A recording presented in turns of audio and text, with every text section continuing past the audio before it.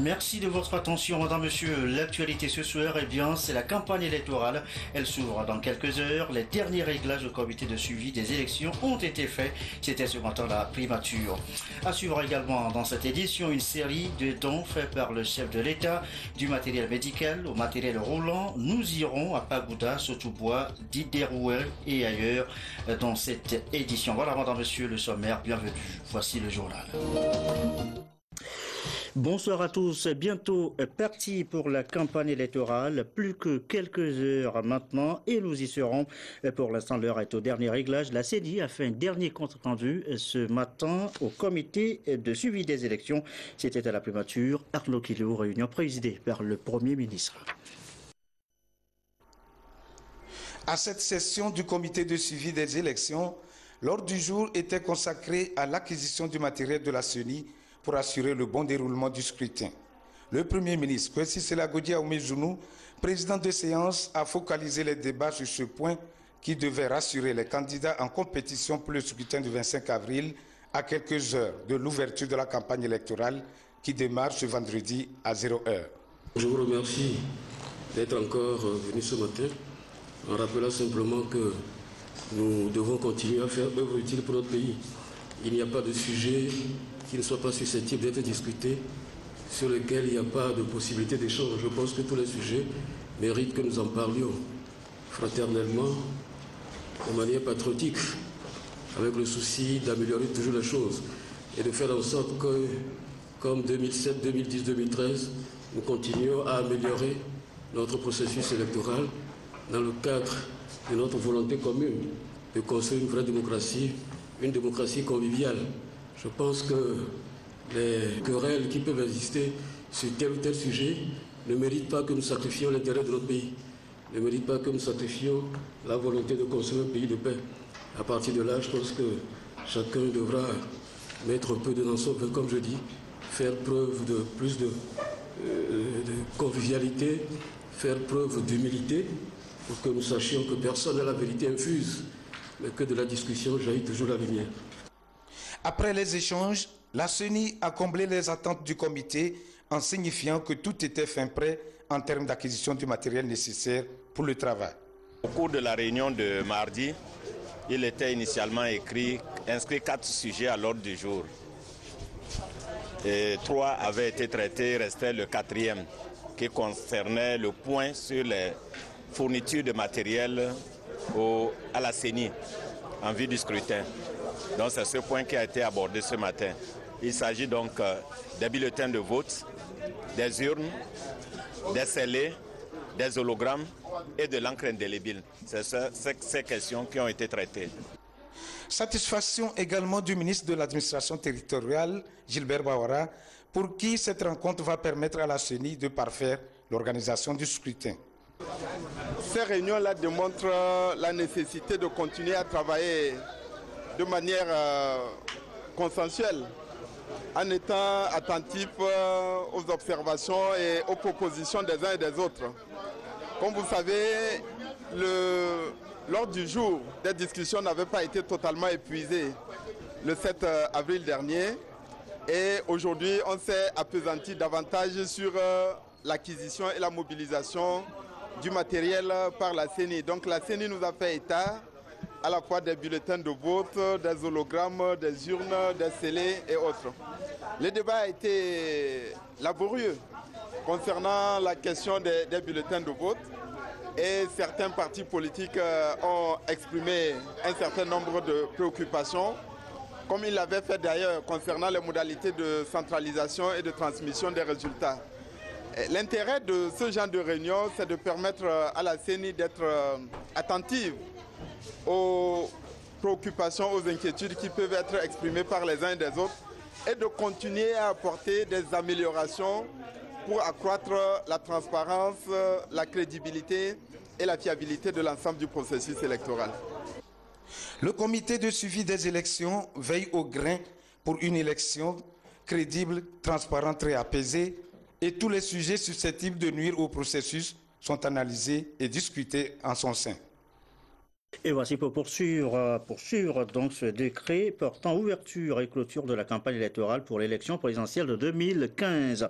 Le président de la République, sur proposition de la Commission électorale nationale indépendante, vu la Constitution du 14 octobre 1992, décrète, le Conseil des ministres entendu, décrète, article 1er, la campagne électorale pour l'élection présidentielle du 25 avril 2015 est ouverte le 10 avril 2015 à 0h. Elle prend fin le 23 avril 2015 à minuit.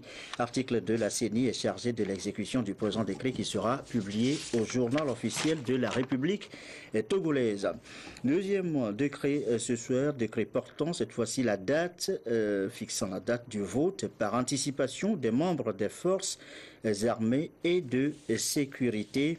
Sur proposition de la Commission électorale nationale indépendante, le Conseil des ministres entendu décrète article 1er, la date du vote par anticipation des membres des forces armées et de sécurité est fixée au mercredi 22 avril 2015.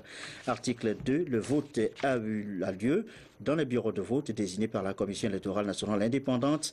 Article 3, à l'issue du vote, les urnes sont scellées et déposées à la CENI.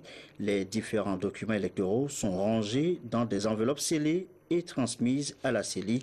Article 4. Le dépouillement a lieu le jour du scrutin général après le vote de l'ensemble du corps électoral dans les conditions prévues par le Code électoral. Article 5. Enfin, la CENI est chargée de l'exécution du présent décret qui sera publié au journal officiel de la République togolaise.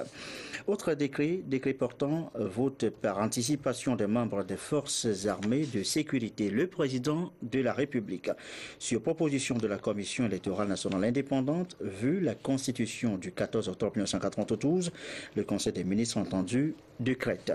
Article 1er. Les membres des forces armées de sécurité appelés à garantir la sécurité des électeurs et des opérations électorales le jour du scrutin sont autorisés à voter 72 heures avant la date du scrutin. Article 2. Le vote a lieu dans les bureaux de vote désignés par la CENI.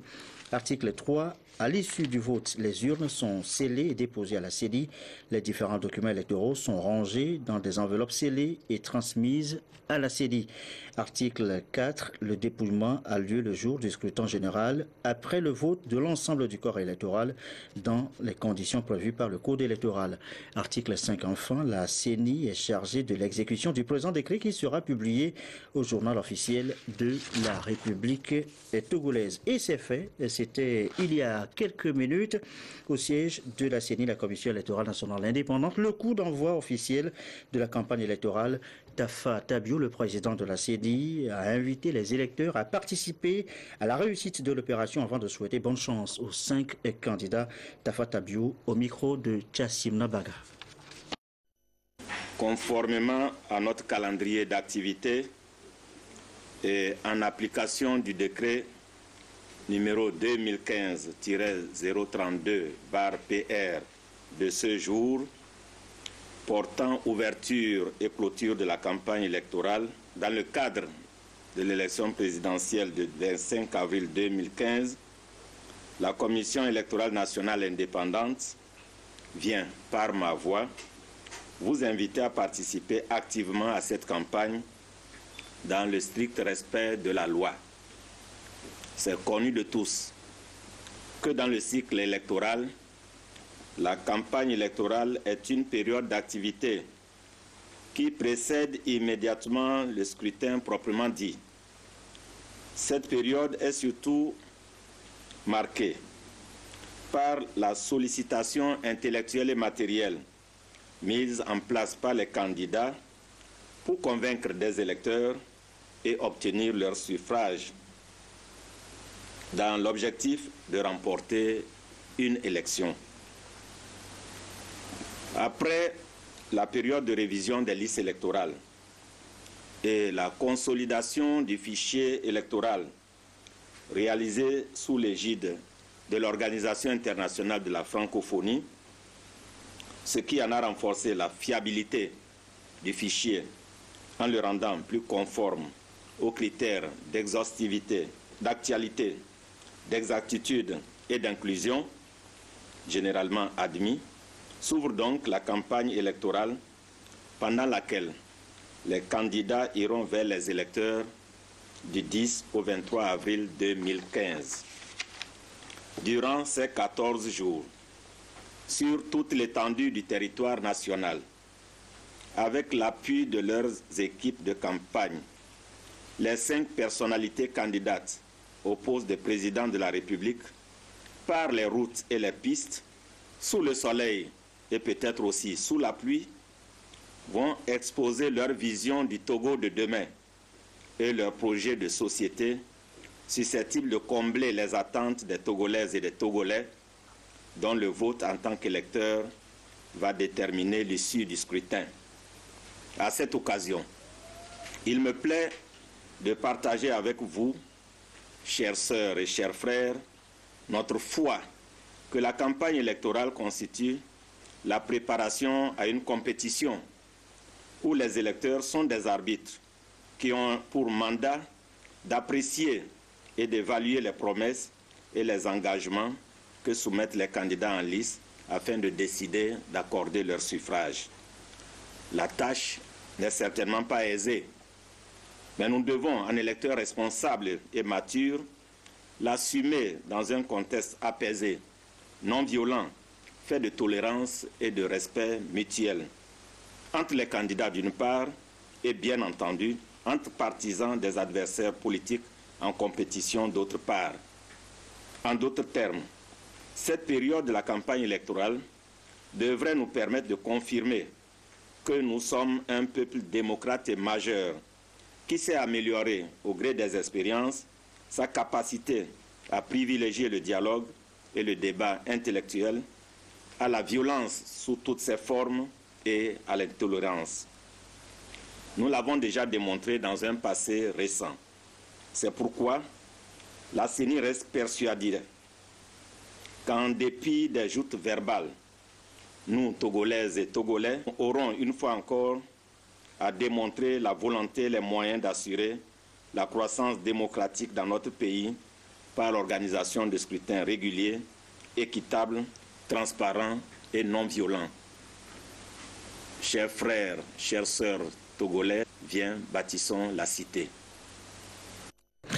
Message de lancement donc de la campagne tout à l'heure au siège de la CENI, la Commission électorale nationale indépendante. À la veille de cette campagne électorale, eh bien la haute autorité de l'audiovisuel de la communication a rappelé ce matin aux journalistes, médias publics et privés les principes de base pour une bonne couverture de cette campagne. Donc Sonia Benipo, Clarisse Atikle. Le code de bonne conduite du journaliste en appelle au sens de responsabilité des professionnels des médias pendant la campagne électorale. Ce code est une fois encore revisité ici à la veille de l'ouverture officielle de la campagne électorale par la haute autorité de l'audiovisuel et de la communication avec les journalistes des médias publics et privés afin d'amener ceux-ci à faire un travail professionnel qui puisse recueillir l'assentiment de tous les candidats. Nous avions eu à reparler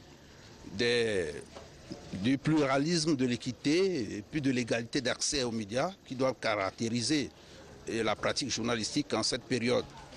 Ce sont des notions bien maîtrisées par les journalistes, mais nous avions estimé qu'il était important qu'on revienne sur ces notions-là pour qu'au moment donné, le moment venu, les journalistes puissent faire un travail de qualité. Et comme nous attendons d'eux ce travail, nous nous sommes dit qu'il serait bon que nous échangions et c'est ce que nous avions fait. Et la participation des uns et des autres a été active. Nous avions senti un intérêt par rapport à ce sujet et la rencontre, à notre avis, a été de haute qualité. Les médias ont un rôle primordial à jouer pendant la période électorale qui s'avère être un moment sensible et de tension.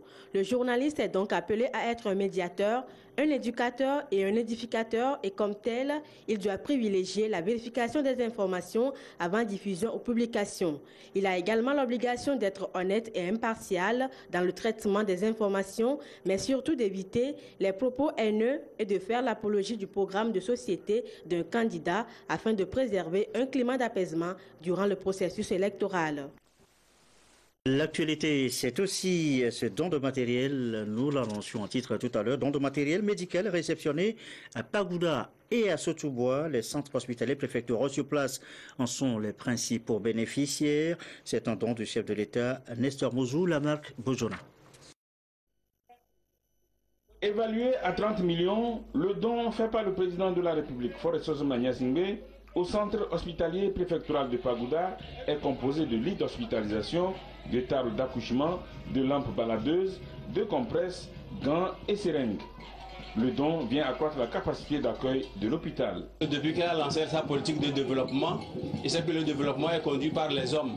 Et ce développement ne peut être conduit que par des hommes qui se portent bien. C'est soucieux de cet aspect que le chef de l'État a pensé à améliorer la capacité de performance des hôpitaux. La joie se lisait sur les visages des bénéficiaires et des prestataires de soins. Pour eux, c'est un cadeau inestimable. Avec une seule table d'accouchement, on ne peut que faire rentrer une femme enceinte. Mais avec ce matériel qui vient d'arriver, nous allons donc avoir 2 tables et ça va permettre de prendre plus de femmes et de leur offrir aussi des soins de qualité. L'investissement donc, qui concerne tout le matériel, souvent ça coûte cher et le fonctionnement déjà nous tire tellement vers le bas que nous avons des difficultés pour pouvoir investir, donc acheter du matériel. Donc ce don vient vraiment nous donner une bouffée d'oxygène pour nous aider à mieux faire face donc, aux soins de qualité.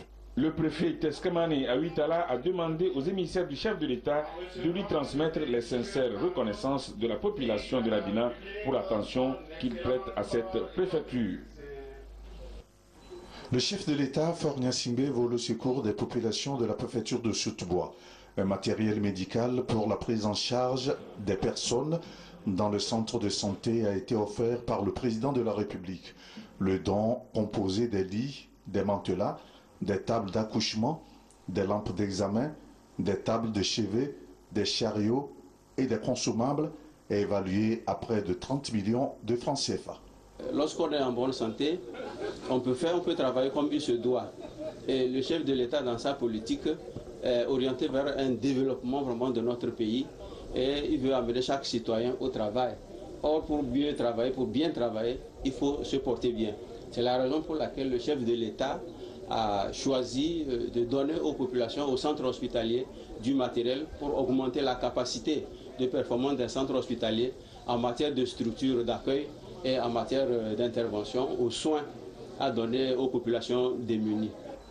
Le même don du chef de l'État sera fait à d'autres préfectures. Il permettra de renforcer les capacités d'accueil au niveau des centres de santé des préfectures et des soins à moindre coût pour les populations démunies. Du matériel médical pour Sotoubois et Pagouda, du matériel roulant cette fois-ci pour Didéouré, c'est dans la commune de Sokolé. Et là aussi le donateur, c'est encore le chef de l'État. Nous retrouvons pour la cérémonie de réception Lamarck Bojona. Le chef de l'État, Forestoso Magnasimbe, multiplie ses actions pour le bien-être des populations à la base. Ce don de matériel roulant composé de 10 motos tricycles offerts au comité de développement de Didéouré vient renforcer le travail de ce comité dans la collecte des ordures ménagères. Ce comité est créé il n'y a pas longtemps, mais il a fait de son cheval de bataille la lutte contre l'insalubrité. Et c'est pour cela que le chef de l'État a choisi de lui apporter son soutien, un appui considérable pour l'encourager à poursuivre ses efforts dans le cadre de la lutte contre l'insalubrité. Et ce cadeau, ce don du chef de l'État a une double signification. D'abord, ça permet de lutter contre les maladies générées par l'insalubrité et au même moment, ça permet également de résoudre tant soit peu le problème de chômage. La remise de ce don a donné l'occasion aux différents intervenants de féliciter le chef de l'État pour ses multiples actions en faveur du peuple Tim. Ils ont imploré la grâce d'Allah sur le bienfaiteur et sur l'élection présidentielle prochaine. À Lomé quartier, à Didogomé, les jeunes artisans de Mully ont reçu de leur côté des kits de travail, une concrétisation, une fois encore là, du programme Projet de développement communautaire en zone urbaine, projet piloté par ANADEB et le ministère du Développement à la base. Apollinaire Katanga, Constantine Bonfou. Outre ces équipements à usage multiforme destinés à 16 quartiers de Lomé, 3 de Kara, 1 de Dapan et qui entrent dans le cadre du programme de développement en zone urbaine PDCZU, 90 jeunes artisans de 13 quartiers de Lomé bénéficient de kits de couture et de coiffure. Pour ce matériel, le ministère du Développement à la base et ses partenaires ont mobilisé 37 millions de francs CFA. Longtemps, nous avons tous pensé que la pauvreté se trouve en zone rurale. Ce n'est pas faux, parce que les enquêtes, les statistiques le prouvent. Mais aussi en ville, il y a de grandes poches de pauvreté où les populations sont vulnérables parce qu'elles n'ont pas le minimum vital qu'il faut.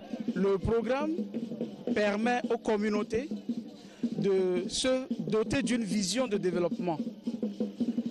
Et à partir de là, identifier des actions prioritaires à travers un plan d'action de quartier qu'avec les ressources que nous arrivons à mobiliser ou qu'elles-mêmes arrivent à mobiliser puissent trouver réponse à leurs préoccupations.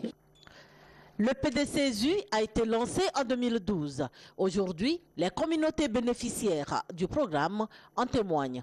Par rapport au matériel reçu, nous les avons utilisés dans l'assainissement. Nous avons fait d'abord le curage des caniveaux qui est dans le quartier Zongo. Ensuite, nous avons tracé les petits chantiers qui mènent des maisons. Et enfin, nous avons dégagé les dépotoirs intermédiaires. C'est un gain et c'est une réussite puisqu'on a pu mettre au propre le quartier. Peut-être si vous avez une fois fait le tour à Dapan, vous allez entendre parler des saletés du Zongo.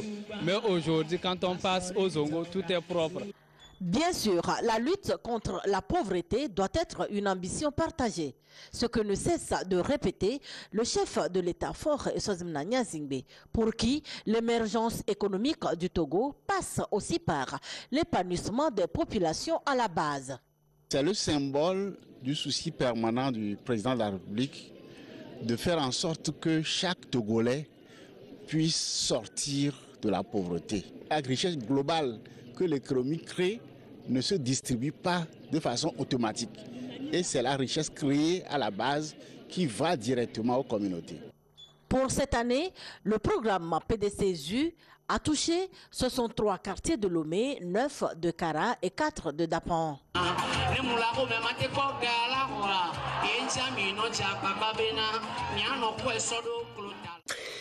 Pendant ce temps, dans les savanes, les conducteurs de taxi à moto avaient eux aussi du sourire dans les visages. Pour eux, ils ont reçu des taxis moto remis par DOSI, délégation à l'organisation du secteur informel de Dapan. Voici la correspondance de Désiré Aloy. La délégation à l'organisation du secteur informel DOSI présente de plus en plus sur le terrain. La Muctam, un produit de la DOSI, section des savanes, bénéficie dans le compte de la phase 2 du dit tricycle pour la phase pilote. Un matériel roulant remis aux bénéficiaires par le ministre Bissoun Nabagou. Une joie pour les jeunes qui croient à l'émergence économique au Togo. Aujourd'hui, on a vu que le rêve est devenu réel. On se rappelle de nous, les jeunes de la savane. Nous nous bénéficions sur notre chef de l'État. Donc vraiment, on retient ce moment pour lui dire merci. Ce qu'il nous a fait, que Dieu l'aide dans sa politique.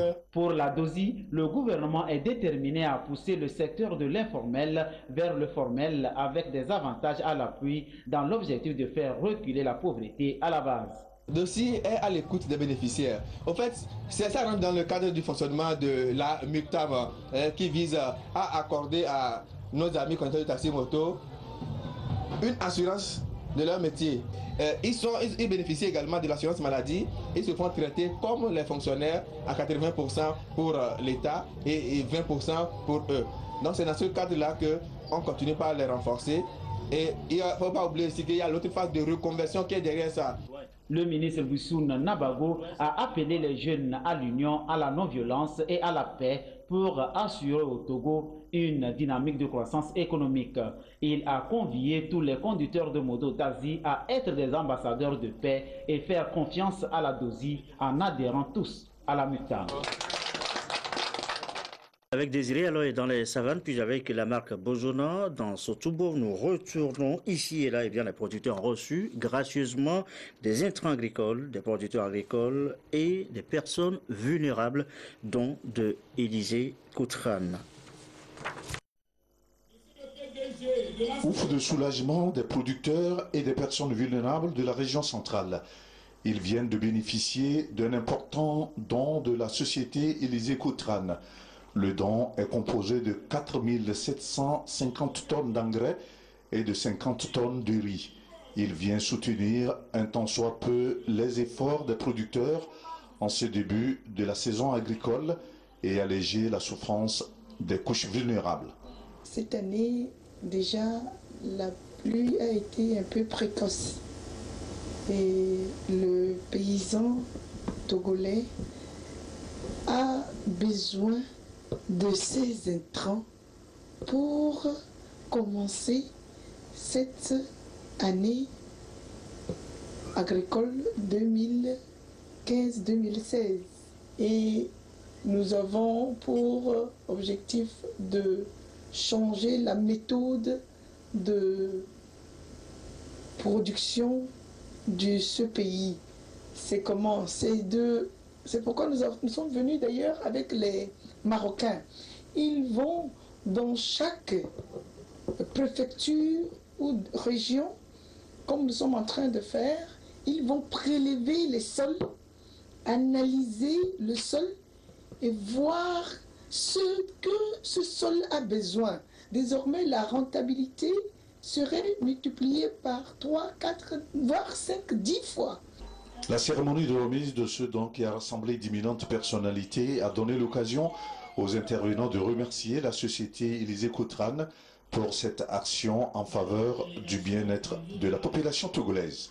Le programme national d'investissement agricole et de sécurité alimentaire PENIASA est un projet du gouvernement togolais pour booster le secteur agricole du Togo. Le président de la République, dans son plan d'action, dans le secteur s'active à accroître la production. 10 000 sacs d'engrais de 50 kg et 2 000 de riz gracieusement offerts par le chef de l'État aux producteurs agricoles de la région des Savanes.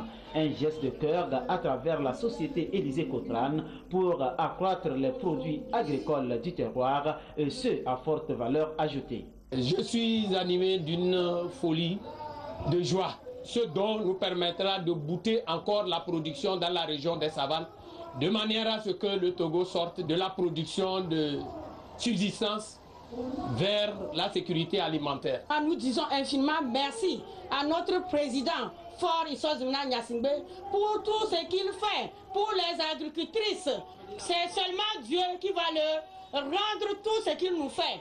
Et pour les élections prochaines, nous, les femmes de la région des Savanes, nous sommes très mobilisés, engagés derrière lui. Le secteur de l'agriculture reste un maillon important de croissance économique.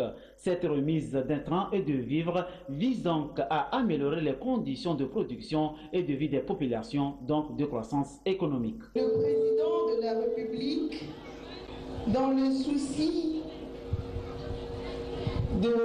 d'améliorer l'agriculture togolaise, nous a délégué, il a demandé qu'on aille chercher les techniciens qui sont spécialisés dans cette fabrication d'engrais. Désormais, vous allez voir ces gens à Dabao ici, à Mandouri, à Tandouaré, à Mango. Ils vont prendre vos sols, ils vont l'analyser. Et ce que vous allez avoir désormais comme engrais, ça serait un engrais sur mesure. La grande mobilisation des populations témoigne de l'adhésion de celle-ci à la politique de l'émergence globale du Togo. Nous venons de boucler la tournée qui nous a conduit dans les 5 régions. La société Élisée Koutran a voulu faire ce don à l'endroit des paysans vulnérables en soutien aux actions que le chef de l'État a inscrites dans le programme national d'investissement agricole et de sécurité alimentaire. Nous avons voulu saisir cette occasion pour mettre en contact les paysans et les structures de notre département, les structures chargées de l'appui conseil qui devraient dans les jours à venir se mobiliser au niveau de chaque zone de production pour apporter l'appui conseil nécessaire pour que la production de l'année, ou du moins de la campagne 2015-2016 puisse connaître un accroissement. Les producteurs agricoles de la région des Savanes promettent donc d'emblaver plus de surface pour tendre vers la sécurité alimentaire, la faim zéro au Togo et une vision de Fort Gnazingbe. Alors, tous les Togolais doivent rêver d'un pays de paix, un Togo émergent. Autre sujet évoqué ce soir, l'INAM, l'Institut national d'assurance maladie, se rapproche de ses assurés. De nouveaux bureaux viennent d'ouvrir leurs portes à Kpalimé. La cérémonie d'inauguration, c'était ce matin, Charlotte Moussime. Ambiance festive ce jour à Kpalimé dans la préfecture de Kloto. Et pour cause, l'Institut national d'assurance maladie INAM ouvre ses bureaux dans la localité. Fini donc les difficultés liées à la distance et aux formalités administratives jusque-là pénibles pour cette population. C'est ouf. Avec les ententes préalables, arrivé, on appelle, on va dire, il n'y a pas de connexion, il n'y a pas ça, il n'y a pas ceci. Bon, il y a des gens qui vont bouder, chacun fait ses manières. Mais aujourd'hui, là, je ne vais que remercier les promoteurs. Les tracasseries vont cesser. Les 15 000 assurés des préfectures de Kloto, Agou, Dagny et Kwele jouiront donc progressivement des services complets de l'INAM. Au sein de l'administration, on pense à mieux faire. Ce bureau va assumer l'ensemble des services de l'INAM, à savoir l'immatriculation, les changements de statut, la déclaration des pertes et le renouvellement des outils de soins pour les 15 000 assurés que l'on dénombre dans ces 4 préfectures. Nous avons parlé des groupes d'agriculteurs, on a parlé des paysans, on a parlé des artisans et bien entendu du secteur informel qui déjà commence à créer des mutuelles pour structurer cette catégorie d'acteurs économiques qui ont tout autant besoin de couverture maladie. L'installation de l'antenne de Kpalimé répond au souci du gouvernement d'offrir à la population togolaise une meilleure accessibilité aux soins de santé.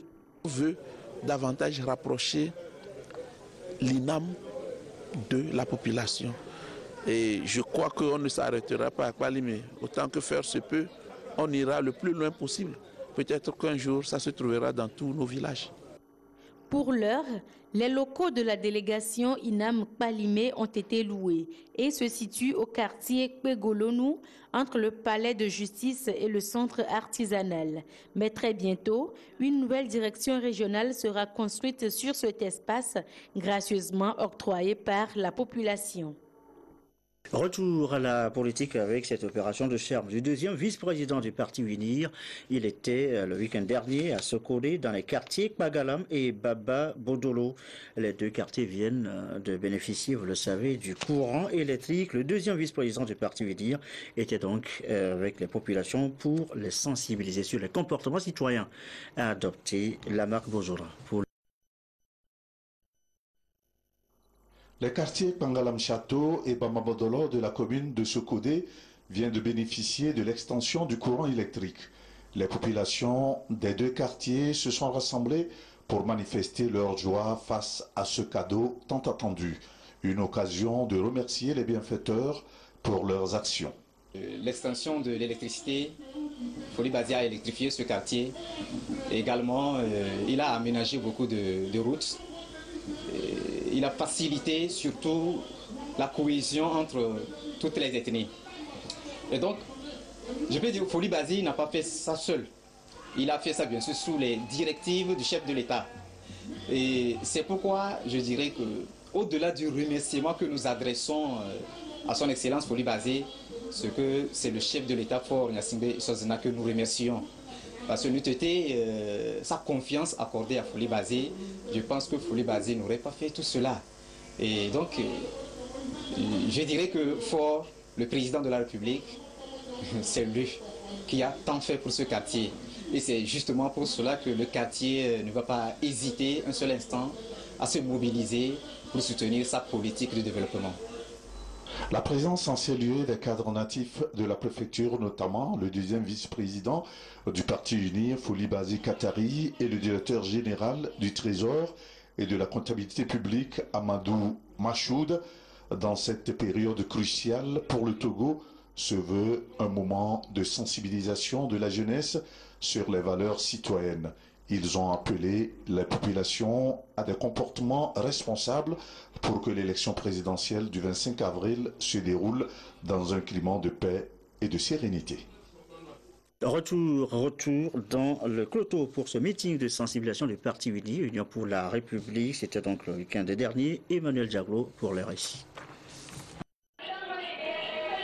Appeler la jeunesse et la population de Cloto à la préservation de la paix, de la concorde nationale avant, pendant et après le scrutin présidentiel du 25 avril prochain. C'est ce qui a motivé le groupe solidaire Clotovio à organiser cette mobilisation populaire. Le coordonnateur du mouvement Glékossi Ametepe 7 a expliqué à l'assistance le bien fondé de la politique de paix, d'union et de réconciliation nationale prônée par le chef de l'État Faure Gnassingbé. Nos parents, les chefs traditionnels, nos jeunes enfants, nos jeunes frères, nos jeunes filles sont réunis aujourd'hui pour soutenir leur frère, qui est actuellement le chef de l'État, Faure Gnassingbé, aux élections prochaines. Et nous essayons maintenant de les former au culte de la paix pendant et après la campagne. Le président des chefs traditionnels de Cloto, Toby Chali 10, et le porte-parole des populations ont exprimé leur gratitude aux organisateurs. Nous remercions les organisateurs de cette rencontre et exhortons la population à mettre en pratique les enseignements reçus. On a été sensibilisés sur la non-violence et la paix en période électorale afin de cultiver l'amour même après les élections. Après l'appel lancé au patriotisme, au civisme et à l'apaisement, des comités ont été constitués par village pour mener des réflexions afin d'identifier les problèmes qui handicapent le développement du milieu, préoccupations qui seront transmises à qui de droit.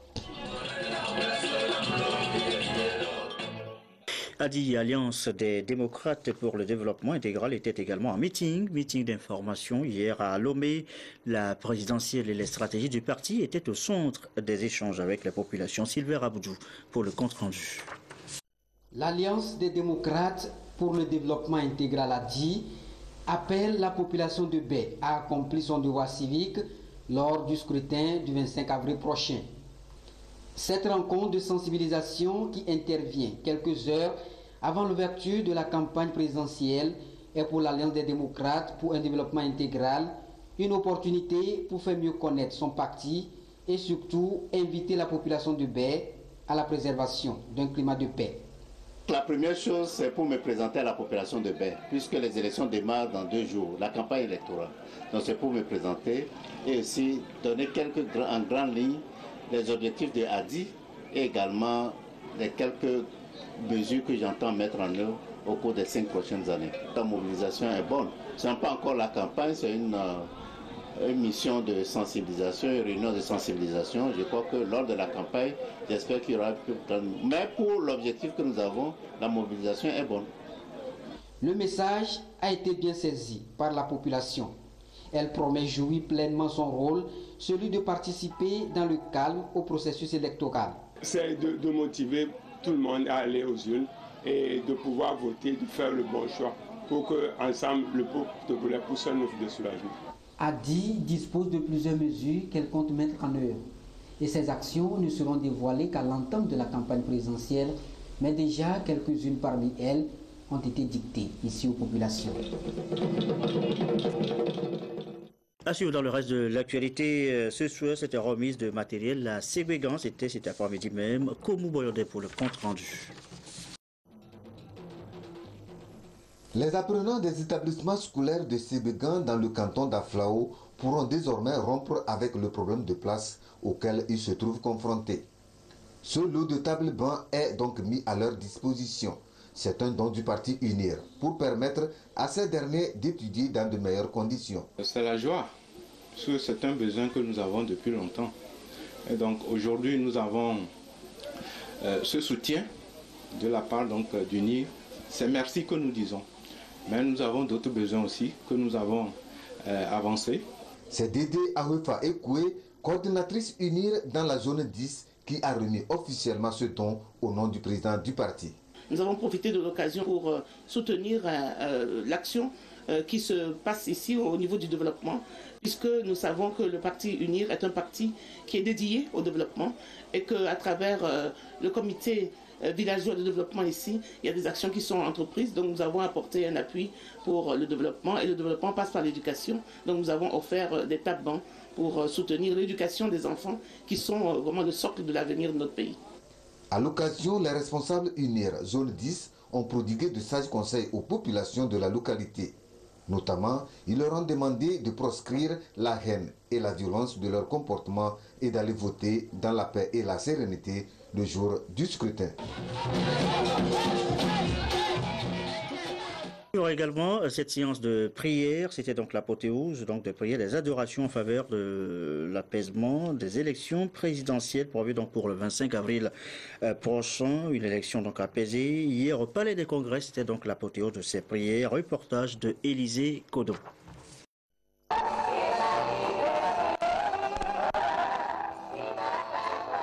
Ces femmes reconnaissent que pour qu'une nation soit prospère, unie et apaisée, elle doit être placée entre les mains de Dieu. Voilà pourquoi pendant un mois, elles ont prié, jeûné, intercédé pour que l'élection présidentielle au Togo se déroule dans le calme et la sérénité. Ce culte d'action de grâce a donc réuni les différentes confessions religieuses sur l'initiative de Aglo International.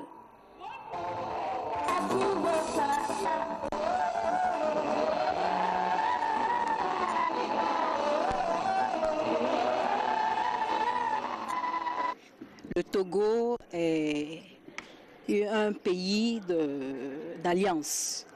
C'est un pays que Dieu lui-même a choisi pour faire ce qu'il veut faire. Et personne ne peut l'arrêter. Et ce mois, cette prière qui a été entonnée par les femmes de toutes les églises au Togo et qui se finit aujourd'hui depuis le 8 mars, nous remercions Dieu pour ces prières et nous savons que Dieu a entendu toutes les prières qui ont été élevées à lui.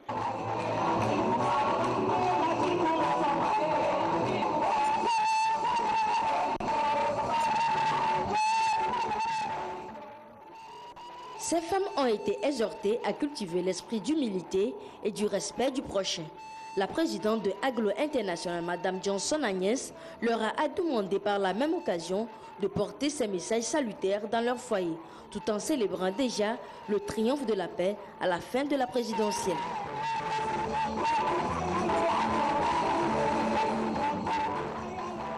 Il est 20h43, vous avez pu le remarquer, ce journal déborde largement en raison donc de la densité de l'actualité. Nous voici arrivés au sport et c'est avec Claude Ama. Claude, bonsoir. Bonsoir. On va d'abord parler de la CAN 2017 qui aura donc lieu finalement au Gabon. Le Gabon qui a été préféré à l'Algérie. Le Togo qui évoluera donc dans le groupe A aux côtés de la Tunisie, du Libéria et du Djibouti joue son premier match le 14 juin contre le Libéria à Lomé. Les chances de qualification du Togo dans ce groupe A, c'est avec Modeste Kouma.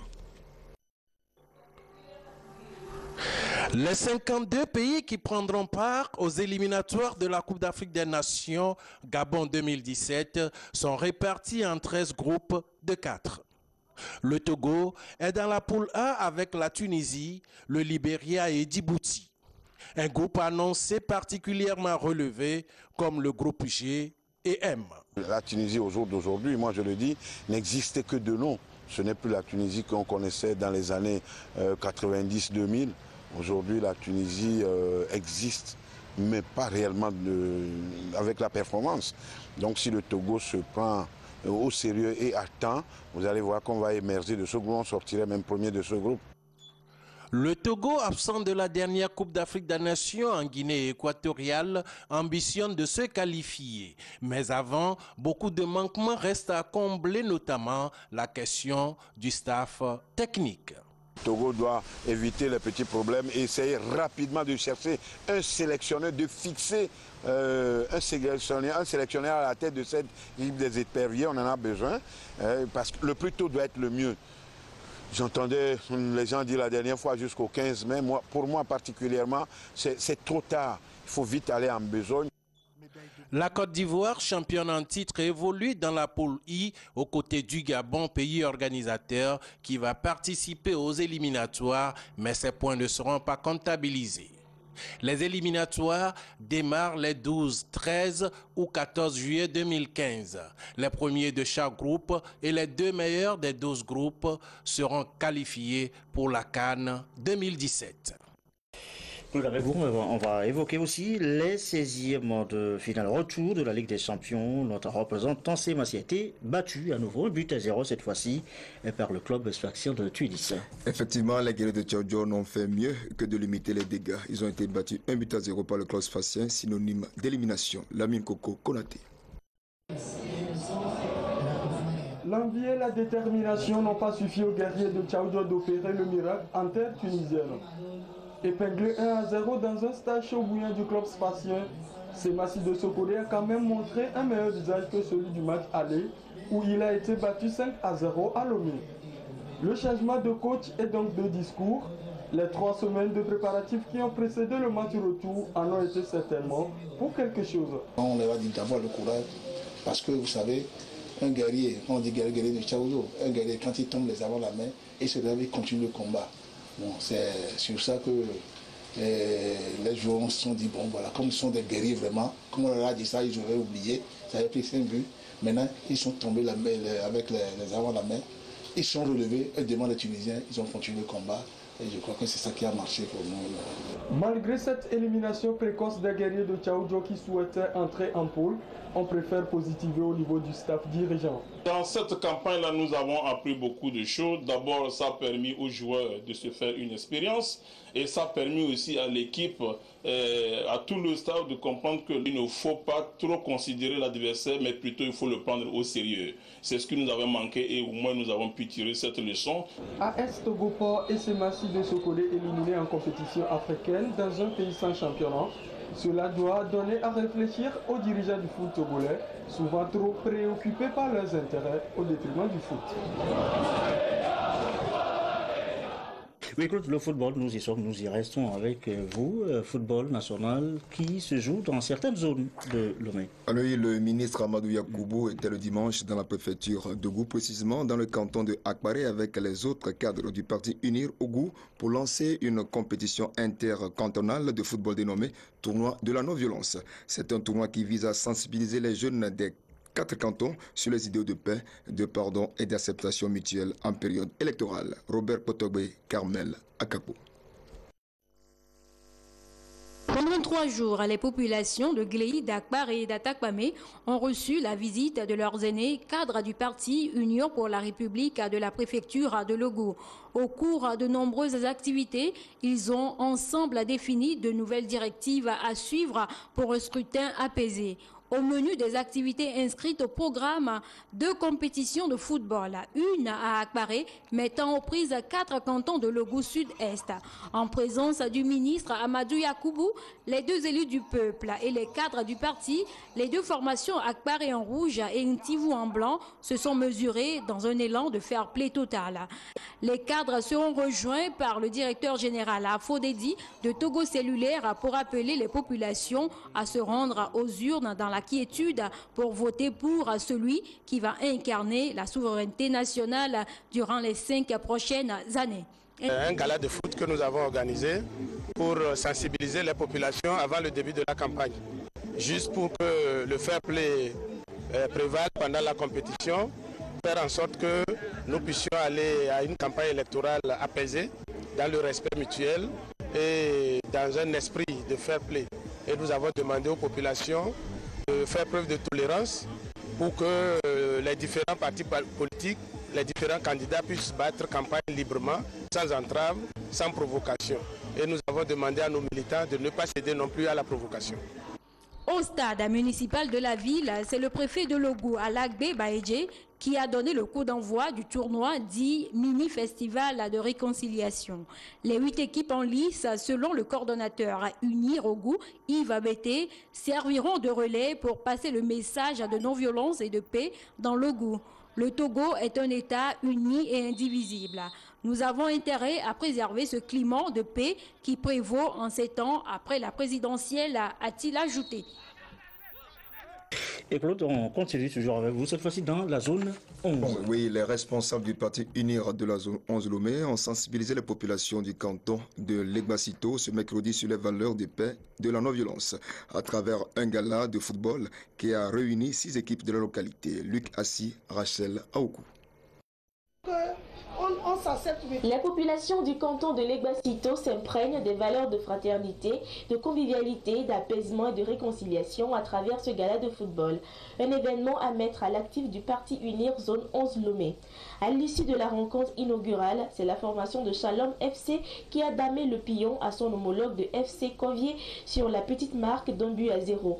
Au-delà de cette victoire, c'est le fair play qui gagne selon le capitaine de Anaconda FC. Les élections, c'est comme un match de football.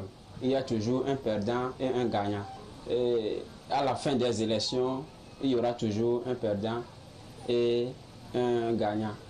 Donc il faut que le perdant et le gagnant se tiennent dans le même plat. Au terme des 3 journées de tournoi de football dans cette zone, les responsables UNIR zone 11 sont actifs. Je pense que le message passe, puisqu'on a déjà fait dans la zone de Zanguera, dans la zone de Vakosito, mais on n'a pas eu d'incident. Ils ont accepté, les gagnants ont accepté, les perdants aussi ont accepté, ils sont tous ensemble, il y a un fair play, c'est toute la jeunesse confondue. Tous les partis sont représentés dans ces clubs. Donc c'est un modèle, c'est une façon de les jeunes, ils montrent un exemple pour les grands, leurs aînés qui vont rentrer dans la campagne dès demain. Et c'est une façon aussi de dire à leurs aînés que nous, les jeunes, voilà comment nous faisons, vous aussi, suivez nos pas. Ce gala de foot était également une occasion qui a permis de fédérer les jeunes de ces cantons autour des valeurs citoyennes et civiques en cette période électorale. Voilà, ce sera donc tout finalement pour cette édition qui se referme ainsi. L'information du jour, édition exceptionnellement longue ce soir, compte tenu donc de la densité de l'actualité. L'information du jour, eh bien, c'est le lancement officiel en ce début de soirée de la campagne électorale par la CEDI. Elle s'ouvre tout à l'heure à 0h. Les 5 candidats acquis, Tafata Biou, souhaitent bonne chance, descendent dans l'arène entre meetings et autres manifestations de Charme à compter donc de 0h tout à l'heure. Votre soirée sur la télévision togolaise, la météo, et Claude Sabine Poko dans un instant pour les prévisions. Nos dernières infos, c'est en 22h30. Merci à vous qui nous suivez ce soir à Pagoуда, à Sotoupoua et partout ailleurs sur le territoire national et à l'extérieur sur la télévision nationale. Et comme d'habitude, toujours fidèlement. Très bonne soirée.